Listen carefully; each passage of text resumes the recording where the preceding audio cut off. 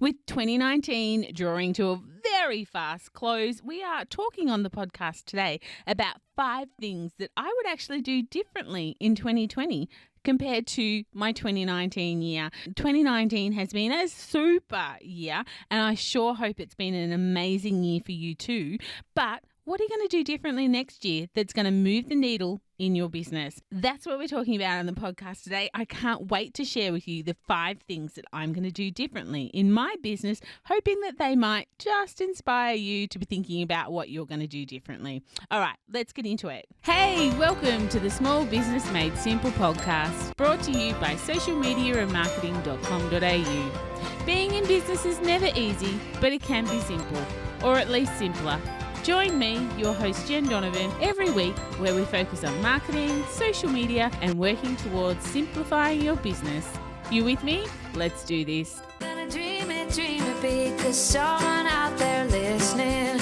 Everyone's got a voice to give, and it's time I heard you whistling, 'cause there's no point at all, in dreaming small. Hey there, podcast family. Welcome to episode 50 of the Small Business Made Simple podcast. Thank you, as always, for lending me your ears today. I know you have lots of choices out there, and I really appreciate you making me one of them. If you're a first-time listener, then super welcome for you. I'm so pleased you've landed here. I am the host, Jen Donovan, and as you'll learn along the way, I pretty much live, breathe, dream, and have nightmares about marketing and social media. I'm all about making your life, your business, and your marketing just that little bit simpler, because business isn't always easy, but it should be simple, or at least simpler. If you haven't joined my group, Like-Minded Business Owners, then hop over to Facebook and join in the fun at Like-Minded Business Owners. It's one way that I can make your life a little bit simpler, because you can put questions in there and myself and the rest of the community will help you with the answers. So it's a great group. I really hope to find you over there. It's called Like-Minded Business Owners. The link's in the show notes. Otherwise, just head to Facebook and type in the search bar, Like-Minded Business Owners. So as we come to the end of the year, it's super important that we actually find some time to sit back and reflect on the year that was. What worked? What didn't work? And what do we want to continue in 2019? And what do we want to wave goodbye to? I've had some time to do some reflecting, and I wanted to share with you 5 things that I'm actually going to do differently in 2020.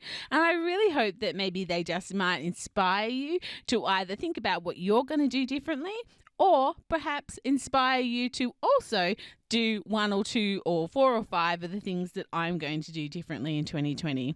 But before we get into that, let's do the discovery of the week. My discovery this week that I really wanted to share with you is actually a piece of free accounting software. I absolutely hate that the government has made me a part-time accountant. Bookwork. It drives me insane. Honestly, it really used to light me up. I used to love doing the bookwork for the 4 or 5 or so businesses that I actually have under my hat. But now, not so much. In fact, you know what? Just know it doesn't light me up at all anymore. But my dear friend Jan, it absolutely lights her up, and she loves numbers. And she often has talked about this little fabulous piece of software called Wave. It's free accounting software. It's super simple to use. It's free, and there's really no hidden reason why it's free. Go to their frequently asked questions and you can see exactly why it is free and how they do make their money. And it really does make bookwork a little bit easier. In fact, I know that Jan has actually ran several workshops to help other small businesses get involved and learn about Wave. If you haven't got yourself an electronic piece of accounting software, or you're sick of paying huge fees or monthly subscriptions for simple accounting software, then have a look at Wave. You can find it at the W's and then waveapps.com. It's not for big business. It really is for small business, and it's very simplistic, but it's free and it's absolutely awesome.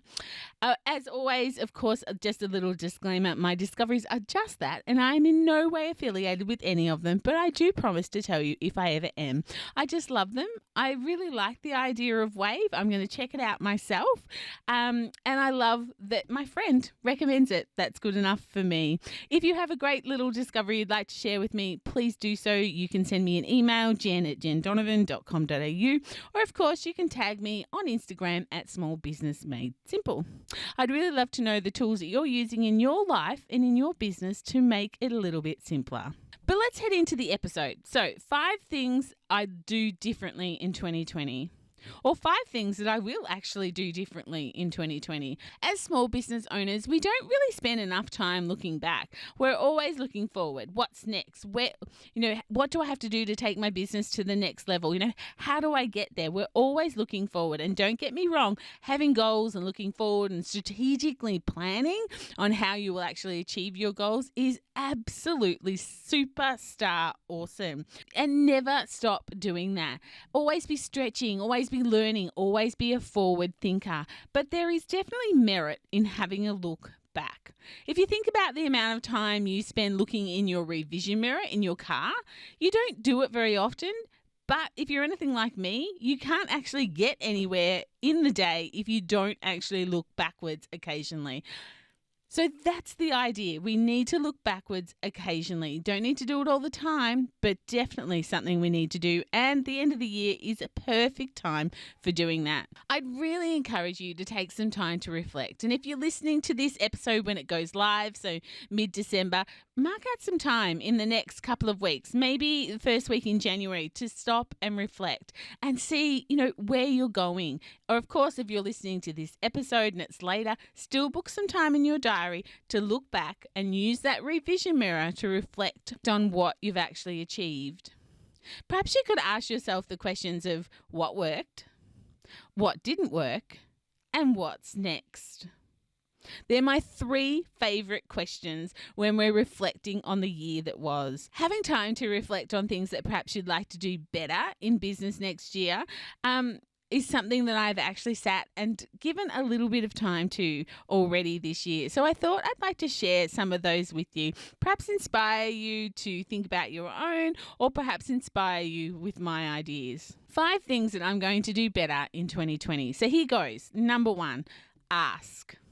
Just ask. Reach out and ask for what I want. This has been a really big lesson for me in 2019. Sometimes I feel like I'm not down the road enough in my business, or I'm not big enough, or I'm not a big enough brand, or, I'm just not important enough that I can't reach out and ask people to be guests on my podcast or do a collaboration with and so on. And it's just not true. That's what I found in 2019. Of all the people I've actually reached out to in 2019, one person said that they were sorry that they just didn't have time in their business at the moment. One person. And you know what? The world did not end.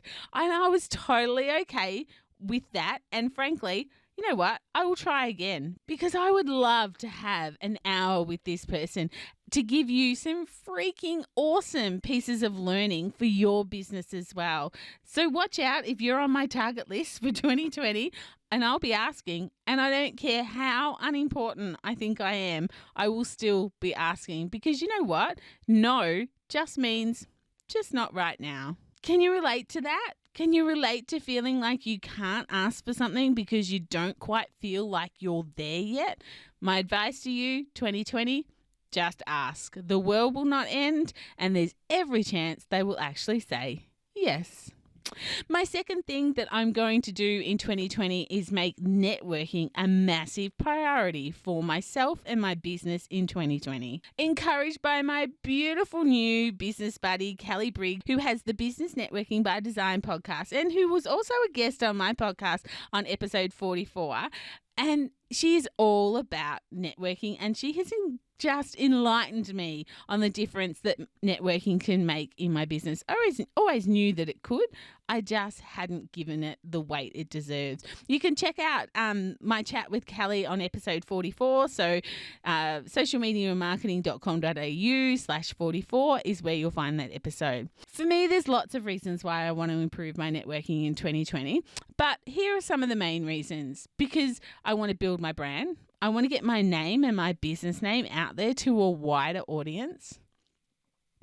Because it gets a little lonely sometimes working in an industry where really none of your friends, whether it's business or pleasure friends, they're not in it and they really just don't always understand it. And because I love hearing people's stories, I find people so fascinating. The stories of how they got to where they are or how they actually got to doing what they actually do, it's worth like 2,000 novels sometimes. It really lights me up hearing other people's stories. So there's some of the reasons why I want to do more networking next year. But of course, there's lots more reasons as well. So what would your business look like if you did more networking next year? What would your network look like if you got outside your comfort zone and actually did some networking? And to show you just how serious I am about this networking thing, I'm actually considering starting my own women in business network, just in my local area, but there's nothing like that here. So I'm thinking, you know what, this is a really great way of A, ticking off my goal of doing more networking, and B, helping other small business owners meet each other and hang around like-minded people. So watch this space. I'm sure you'll hear about it on the podcast next year. The third thing I'll do differently in 2020 is I want to do more media PR. I currently write for 2 quarterly magazines and blog for them occasionally too. But I have to admit that doing this podcast every week has taken up a little bit more time than I actually ever thought it would, and therefore I don't have as much time to dedicate to writing for other sources such as media and blogging for online media and things like that. So in 2020, I really want to make this more of a priority. Jules Brooks, who has Handle Your Own PR, who was actually a guest on my podcast in episode 14, is always talking about how media are absolutely screaming for good content. You can, of course, check out Jules's tips and tricks on that podcast episode at socialmediamarketing.com.au/14 is where you'll hear all about that. But she said something to me the other day when we caught up, and what she actually said was, Jen, you already write so much content. So before you actually publish that blog or before you actually put your podcast out, think about giving it to the media first, because the media like things that are brand new. They don't want something that's already out there. And it was kind of like rethink the order in which I publish things. And that really struck a chord with me. And that's why, doing more media PR has kind of made my list this year. It really helps build credibility. It helps you become known as the expert in your field, and it helps with branding, among lots of other pros as well. Perhaps this is something you would like to do as well. Perhaps, getting more media, more free media might be something on your wish list for 2020. If it is, again, go and check out episode 14 of the podcast and have a listen to Jules's tips and tricks. She was absolutely fabulous. She is absolutely fabulous and well worth looking into. Her business is actually called Handle Your Own PR. The fourth thing that I'm actually going to do differently in 2020, I'm a little bit scared to admit, to be honest. But you know what? I think I can't see your face when I say it, so it'll all be okay. So number 1 in this list might have been all about I'm just going to ask for what I want. But number 4 is actually a little bit more about asking for help. So if you're a wee little, never admit it, zip my mouth as I say it, control freak like I am, then you will really understand why this one is quite hard for me. But in October this year, the realization came over me that I need help. There's projects I want to do. There's ideas just swimming around in my head. And frankly, I might not know exactly what those things look like right now, but I absolutely know I cannot pull them off by myself. So in 2020, I will be asking for help. You know what? I've just said it on the podcast, and there's a few thousand people out there, I'm sure, that are about to keep me accountable. And I will be immensely grateful for that accountability. And I will keep you posted about what asking for help in 2020 looks like for me. But what does asking for help in 2020 look like for you and your business? What do you want to achieve in 2020 that really deep down inside yourself, you can't do it on your own, or you can't do it with the team you have now? You need a bigger team. You need help. What's that look like for you? All right, my 5th and final one, and this is all about me, but it could be all about you as well. I want to take time for me. It's really just a little bit about me. I need to make time for me because my family is growing super, super fast. In 2020, I will have a son in third year uni, a year 12 and a year 11 student. Like, that just blows my mind. How the heck did my kids get this old? I'm still 30, right? I have no idea how my kids got that old. My farming hubby works harder than most people on this planet, so I actually need to drag him away kicking and screaming more often to get a rest from the farm.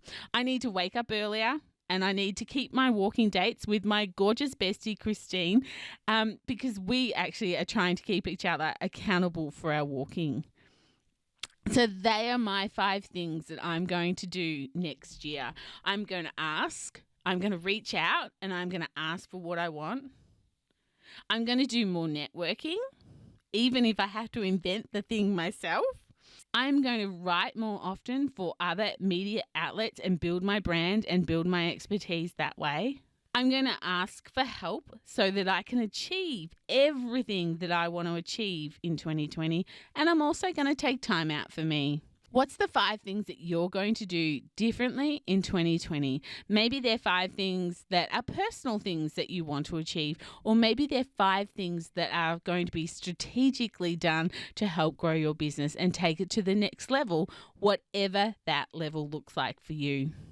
So what's missing in your business? What didn't you get around to in 2019? In the 365 days that you had to achieve what you wanted to achieve in 2019, what didn't you get done? And what would you like to achieve in 2020? What impact will this have on your business? Oh, and the good news is 2020 is a leap year, so we get a full extra 24 hours to fit all this in. Yay! So again, spend some time reflecting back on 2019. Start setting some goals for 2020 by asking yourself those 3 magical questions. What worked? What didn't work? And what's next? I really hope you've enjoyed episode 50. I'd love to hear all about the things that you are going to do differently in 2020. Maybe pop over to the Facebook group, Like-Minded Business Owners. Again, if you're not a member there yet, head over to Like-Minded Business Owners in Facebook and find us there. Otherwise, of course, the link is in the show notes at socialmediamarketing.com.au/podcast. I will be back next Thursday with more marketing know-how and another great discovery, and 2 more episodes left for 2019. Of course, if you're enjoying this podcast, please don't forget to subscribe so you actually never miss an episode. And also, if you love this episode, consider sharing it with a friend. I would love for you to leave me a rating and a review wherever you actually listen to this podcast. Those things are like gold for podcasters like me. Again, that is all for episode 50. I'd love to connect with you all on social, so let's get social on social. And of course, remember, my small business peeps, as my opening song says, there is no point in dreaming small. Tell it like you feel it, say it proud, be true, and let us see you for the star that you are.